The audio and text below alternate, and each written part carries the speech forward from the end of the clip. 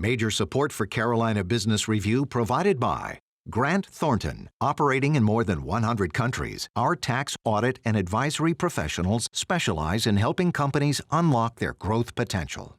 Colonial Life, providing benefits to employees to help them protect their family, their finances, and their futures. High Point University, the premier life skills university, focused on preparing students for the world as it is going to be. HPU's call to action is choose to be extraordinary. And Sunoco, a global manufacturer of consumer and industrial packaging products and provider of packaging services with more than 300 operations in 35 countries. In their current roles, both of our guests have more than a casual influence on things like economic development, community planning, public policy, even broader social and communal issues. But even earlier in their careers, both held senior leadership roles as industry pacesetters and insiders as well. Welcome again to the most widely watched source and the longest running on Carolina business, policy, and public affairs. I'm Chris William. In a moment, the heads of North and South Carolina's Chambers of Commerce, Gary Salamido and Ted Pitts, enjoying this dialogue, and we hope you'll stay with us. Gratefully acknowledging support by Martin Marietta, a leading provider of natural resource-based building materials, providing the foundation upon which our communities improve and grow. Blue Cross Blue Shield of South Carolina, an independent licensee of the Blue Cross and Blue Shield Association. Visit us at southcarolinablues.com.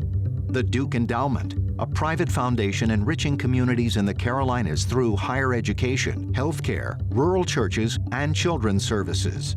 Barings, a leading global asset management firm dedicated to meeting the evolving investment and capital needs of its clients. Learn more at barings.com. On this edition of Carolina Business Review, Ted Pitts, President and CEO of the South Carolina Chamber, Columbia, South Carolina. Gary Salamido, President and CEO of the North Carolina Chamber, Raleigh, North Carolina.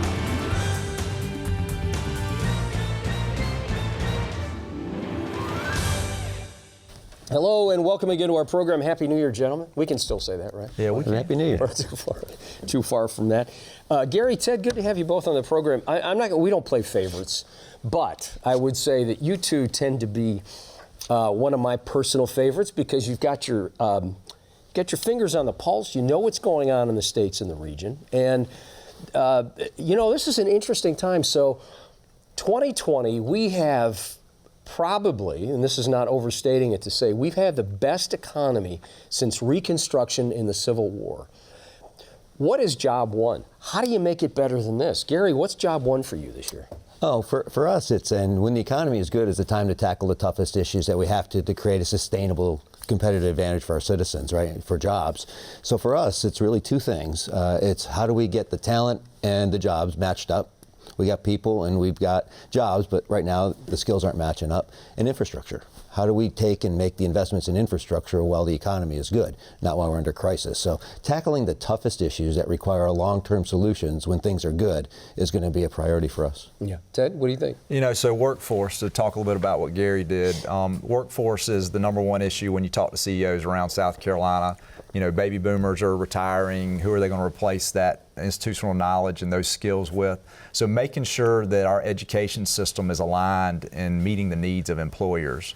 So if we're going to continue to grow in South Carolina, we've got to make sure that the skills gap's getting closed and that we're producing South Carolinians that can do those jobs. And then the second thing is our tax code. South Carolina's tax code is not competitive, and when you look at what North Carolina did with the Chamber's leadership several years ago and making their tax code one of the most competitive in the country, and that's why Forbes says now you're the best state for business.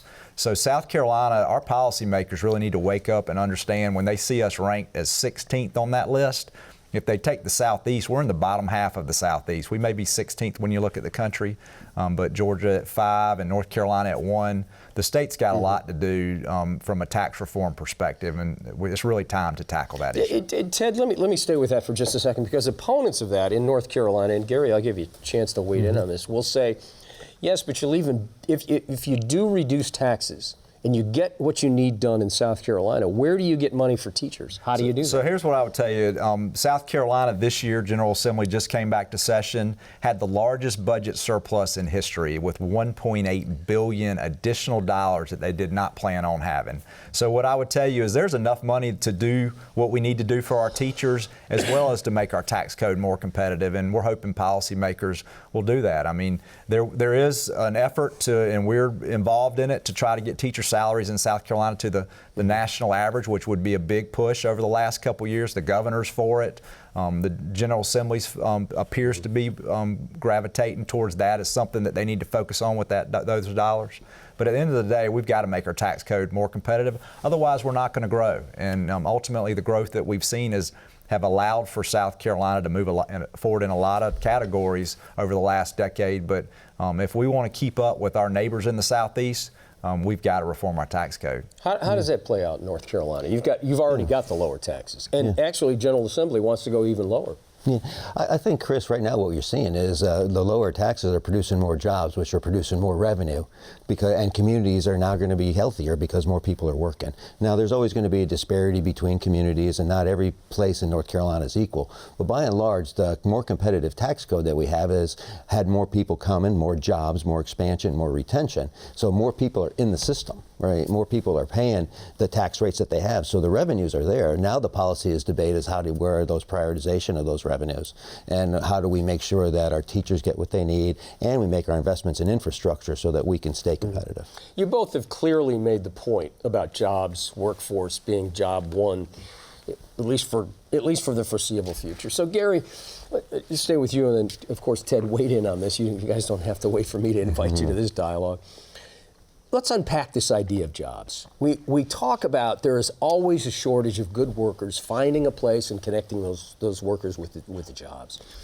When do we hit a tipping point to where it really does become a liability for economic growth? Or have we hit that already? And I'm sorry, let me do almost a rhetorical question. And if the Carolinas are facing the same issue, this is not a unique issue. Doesn't everyone else have this challenge?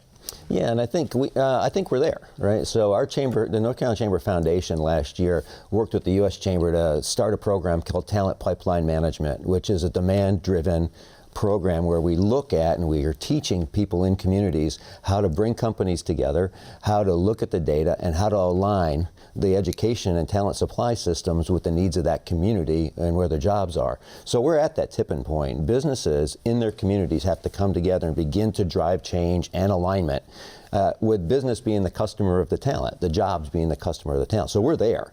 And businesses have to take that on. And we got to change it one community at a time, Chris, with people coming together, collaborating.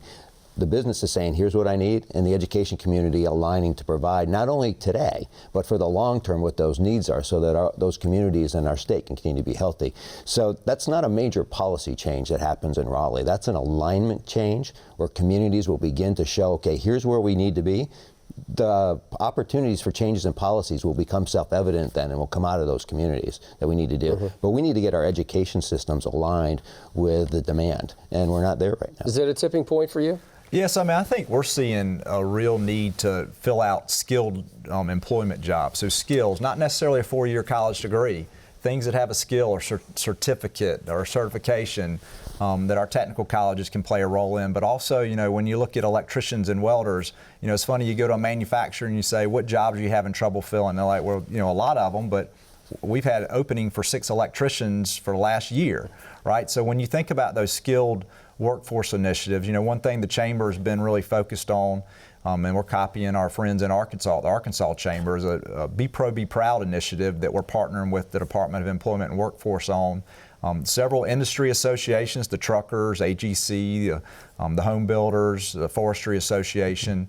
We're partnering on trying to get kids and their parents introduced to the skilled trades, because in a lot of ways those careers, it doesn't require you to take on a lot of student debt, and you can come out making a really solid living, and there are opportunities in South Carolina that we need to fill. And as baby boomers retire, it seems like less and less of our students are going into those fields, but in some ways that's a bottleneck for us. So you said something, excuse me for interrupting, you said something, Department of Employment and Workforce, Dan Elzey, Executive Director, was on the show last week. He made a startling admission. 1.6 million people in South Carolina, what they call sideliners. Yeah. These are people that have taken themselves out of the workforce. That's an extraordinary amount of people, isn't it? Yeah, it is, and in some ways it could be tied back to the economy's doing well, and you know, a two-income household now can get by maybe on a one-income household, and one of the parents is able to stay home with the kids. But it is a concern, you know. In South Carolina, like North Carolina, is an in-migration state. We continue to grow, and I know we both got congressional seats last time. You guys will probably get one this time. It'll probably another census before we do. But in a lot of cases, that in-migration is people that have no intention of getting a job. They're coming here to retire, to enjoy our quality of life and our weather. So there is a little bit of a balance. When you see the state growing, we want folks to retire in South Carolina, but they're not going to be able to help us with our workforce issue. So we've got to continue to try to make sure that we're preparing South Carolinians for the jobs that are in South Carolina, because we want to keep them here. Yeah, you made mention of the census tract reading much higher numbers across the Carolinas. North Carolina will get a congressional district. Gary, we don't have to go too deep on this, but redistricting. Will redistricting, the decision or lack of decision, or a decision and then it was sidelined, will that show up in this fall's election? I'm not sure if it will or not. At the end of the day, people are going to look and they're going to go into their communities, and the candidates will be in their communities, and they're going to make a choice. So population trends happen, the communities are defined. I don't see it really making a huge difference in the election at the end of the day, because as Ted knows, I mean, all politics at the end of the day is local. Right, so people in their communities are going to look at who's running in those communities, regardless of where the boundaries are, and they're going to decide. Does the debate about reapportionment in South Carolina get some new steam behind it? Not really, no. I mean, if you look nationally at the ways to do it, you know, there are arguments about what's the right way to do it. You know, every now and then we'll hear folks talk about, does an independent commission need to draw our districts? You know, that's not really front and center. I don't see the General Assembly readily giving up that authority. Do you see the 2020 presidential election year is going to have a meaningful impact in the states? Revenue, maybe not apportionment as we talk reapportionment, Gary, but is there issues around Middle East unease, still China trade issues? Does it show up at all this year? You know, I think it's always going to be a moment in time, right? There's going to be things that show up. We just had our economic forecast forum the other day, and the economists did a nice job of saying the underlying fundamentals are strong. And so there'll be moments in time where it looks uncertain, but the fundamentals are strong and they're not changing. Now, the human impacts of all the different decisions that are making are true. But on trade, for example, each economist said, you know, when you look at trade, if you're having trouble with one country, guess what? Some other country steps up and begins to deal with that trade piece. So while the fundamentals remain strong, trade will have an impact in the press and it'll have an impact in our discussions. But I think all in all, we're going to remain strong. Does the trade in South Carolina, given the heavy industry and automotive and aerospace, plus, Ted, Boeing, does that affect the low country Boeing? No, so I think when you see the trade and tariff issue, you know, in South Carolina, kind of industry and statewide, people understand China's a problem and we've got to deal with China. So in a lot of ways, they understand the administration's approach there. You know, I think they're encouraged to see kind of the backing down a little bit with all of our other partners. We want to continue to make sure we have free and fair trade, you know, between our European allies and others. So, you know, the trade issue really has simmered down a little bit. And I think most companies, you know, want certainty and they feel like they aren't rocking back and forth with the whims of somebody. So there feels like there's a little more certainty in the situation. And, you know, it is costing money. I mean, we all know tariffs are taxes on consumers, so it is costing people money. And, you know, ultimately the goal should be to have free and fair trade with as many of our partners around the world as possible. Does the Boeing 737 disasters, does that affect the low country operation? You know, no. So, I mean, if you look at the problems that they've had with the MAX and others, they're not made in South Carolina. So, I mean, I think, you know, Boeing continues to be a strong partner in trying to do the right thing to make sure that the planes are safe. But, you know, end of the day, I think South Carolina Boeing is doing well. At the top of the show, we started the dialogue with this being one of the best economies since Reconstruction. And I want to come back to this, and this is going to sound a little flippant, but I think you all will understand what I'm trying to say. It seems antithetical to say this, but as good as this economy is, Do you worry about it being so good? Is it a bit like whistling past the graveyard here to say, and Gary, I'm not trying to put words in your mouth, but statistics courses in college teach you that we regress to the mean. At some point, we regress to the mean. Will we eventually find some recession, slowdown, even a mild one? It was interesting. Kelly King keynoted our economic forecast forum, and also Ward Nye, with Mark Mayer as our chair right now. And they said something that was really fascinating. And the economists were very similar. They said, we got to be really careful not to talk ourselves into a recession. Right? So when things are going well, people begin to say, well, it's got to come sometime. And they were saying, don't talk yourself into a recession. Focus in on the big challenges. Focus in on the things that can help you avoid that piece. But don't talk yourself into a recession. So we have this opportunity now when the economy is good to make the investments we need to make to make sure that the lows aren't too low and the highs aren't too high for the long-term betterment of our citizens and economic security of our citizens. So now's the time to do that. So we got to show optimism. We have to show leadership. And we have to make sure that we don't talk ourselves into a recession. Has the Fed achieved that economic equilibrium that they've been trying to go for? Is this what it is? So I think the business community has learned a lot from the last recession, right? They have more cash on hand. Their capital investments are more strategic and long-term and not based on the current cycle. So I think when you look at where we are from a business perspective in our two states or in the country, I think businesses have conservatively positioned themselves from an employee perspective or from a capital investment perspective that's sustainable. I mean, if you look at a country like Australia who has continued growth, I mean, it's not always going to be through the roof, but some sustainable continued growth. I think we can continue to see that happen. In the South, in the Southeast, least unionized states in the Union, great places to live. If I was in, the Midwest, I might be concerned, but in South Carolina, North Carolina, I think things look good for the foreseeable future. And we haven't talked about education. So what happens to education this year? It's a good economy, Gary, as you both said. Is this I know it's the time now, and I'm not trying to put words in your mouth, to make investments in education, to raise teacher pay, et cetera, et cetera. But what does that really look like? What will the General Assembly do around education this year? What will the State House do around education? Is now the time, and I don't want to be too dramatic or provocative, but are we running out of time to do those things that we do while we have flush purses?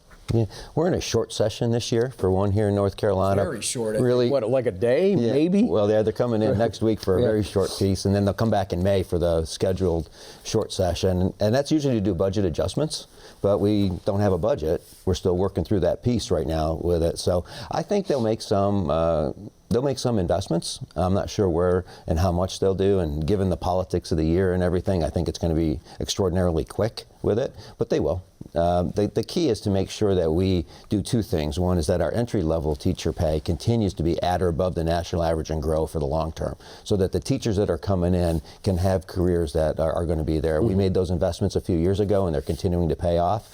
And then to make sure that the folks that are teaching, not only are we paying them well, but we're getting out of their way too, and letting them do what they need to do in order to make sure that they're delivering the young people from pre-K through 12th grade the skills they need to be lifelong learners, because as Ted knows, our young people are going to have to come in and out of the workforce for the rest of their lives. My kids have got to, every 3 to 5 years, they got to retrain, because they're going to be doing something different, because the rate and pace of change and innovation is so great.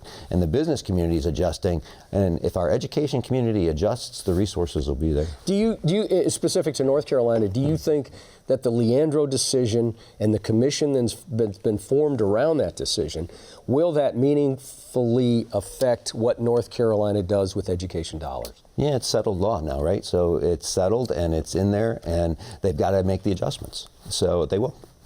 And not to put you on the spot, but in South Carolina, Abbeville versus the state of South Carolina had the same judicial decision that they needed fair and judicial or equal education for students, even in the most poorest schools. But that's still tabled. So does that The Leandro decision is a similar decision. So how much does law drive what the State Assembly will do? So the General Assembly, the House passed a bill last year, a comprehensive education reform package. The Senate's been working on it in the off session, and they'll take it up right here at the beginning of session. I think the General Assembly will agree on some things around whether it's Read to Succeed, third grade reading level, not allowing kids to advance. It's testing. We're trying to do less testing, like Gary said, get out of the way and let teachers teach. We still need accountability testing, but is there a more efficient way to do that? Innovative schools, forever. Is that a charter school? Yes, it could be a charter school, but it could be a district school, but it has different requirements and has some more leeway to do some different things in places where they're the toughest places to teach kids with poverty, high poverty, and issues that are related around the family. So I think you're going to see the General Assembly pass a comprehensive education reform, but they will not have addressed the issue that really is out there for everybody to see, and that's funding. And not necessarily more funding, but the way we fund our schools in South Carolina is based on the property tax. And the Chamber Foundation and the South Carolina Realtors Association have partnered on a Lincoln Institute study on property tax system in South Carolina. The business community is getting more and more of that burden, making us very uncompetitive, but also looking at school funding related to property taxes. So I think at the end of the day, in the near future, probably not this year, but in the coming years, policymakers are going to have to look at the mechanisms by which we fund our schools to make sure we don't have those inequities. Counties that have no tax base, if they wanted to raise taxes, they could raise them, but there's no tax base to be able to raise it across. And then you have fast-growing areas right now where students are coming in, but really the way our system works right now is tax dollars don't follow the student on a property tax collection basis. So where the industry goes is the only place that you're seeing tax growth. So I think we're going to have to continue to struggle with that before we probably get a solution, but it's something that we've got to make policymakers address. Does Read to Succeed and Read to Achieve, do they become more important this year? Yeah, reading, you can't read, nothing else matters, right, at the end of the day. So to continue to look at that program, what it's doing, make the necessary adjustments, it's critically important that kids are reading by third grade. It determines a whole lot. Is there an appetite in the General Assembly to lean into that? I think so, yeah. And I hope in South Carolina our policymakers don't get weak-kneed, because right now there's provision in Read to Succeed that says if a parent chooses to opt you out of being held back because you can't read on grade level, it allows that kid to advance. We've really got to, like Gary said, reading is the foundation of all learning. We've got to get, whether it's early childhood initiatives, we've got to get kids reading on grade level before they leave third grade to go to fourth grade, because we know statistics show if they advance, they're doomed for failure. So Speaker Lucas was a champion of this early on. Will he have the fortitude to carry through? Yeah, he is for strengthening it. Senator Peeler in the Senate has been a strong advocate, and it was originally his initiative that passed. And he would tell you he didn't want the opt-out there, but he had to get it to pass. But policymakers, it's time for them to take Read to Succeed and put some teeth in it and say, we're going to help you be successful, but we've got to we can't advance students past the third grade when they can't read on grade level. Any possibility, and I say this with a smile on my face, about Medicaid expansion in either state being accepted? Not being talked about. No, not even being talked about. Okay, on to the next thing. Let me check that off. Environment. We got about 2 minutes left. The environment. The Trump administration would love to see drilling off the shore of North and South Carolina. There's, again, is any opportunity that may happen? No. In South Carolina, if you look at polling, there is less and less interest in exploring the natural resources off our coast, even though they're out in federal waters. You actually probably will see legislative action. There was a proviso put in the budget, but you'll see legislative action. Protecting against it? Protecting against it, like not allowing facilities to be built on the coast, on state land, or along our coast. So I don't see it. And actually, if you read what the Trump administration's saying, they're working on other things right now. They're not focused on offshore drilling. So it's really not an issue that I think is going to get any real dialogue. Atlantic Coast Pipeline? That's got to happen. And so we're going to continue to work with folks to try and get those approvals and get that done.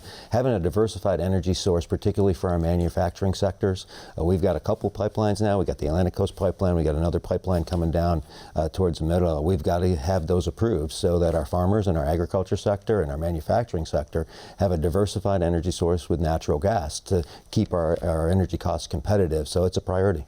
And go ahead. I was just saying, and pipelines and natural gas, I mean, it was clean burning energy to the environmental community just a couple years ago, and now they're out there trying to kill natural gas pipelines. I'll tell you that natural gas drives economic growth. It sure does. And we've got to make sure that the states are positioned in a place where we can receive natural gas. And in a lot of ways, natural gas recovery across the country is very efficient. And it's the energy source that drives industry right now, and we've got to make sure that we have enough to be able to continue to grow in our state. Would you predict we've got about 30 seconds. Would you predict forward momentum on the pipeline before year end? Yes. Okay, all right. That'll be the last word. Thank you, Gary. Nice to see you. Welcome to the program. Come back. Thank you. Ted will tell you it's not bad. He's been here like 1,000 times, and we like that. Thank you. Good to see you, Ted. Yeah, good to see you. Happy New Year. Happy New Year. Thank you. Thank you for watching our program. Till next week, I'm Chris William. Hope your week and your business is good. Good night. Major funding for Carolina Business Review provided by High Point University, Martin Marietta, Colonial Life, the Duke Endowment, Barings, Grant Thornton, Sunoco, Blue Cross Blue Shield of South Carolina, and by viewers like you. Thank you. Promotional consideration provided by Business North Carolina Magazine. For more information, visit carolinabusinessreview.org.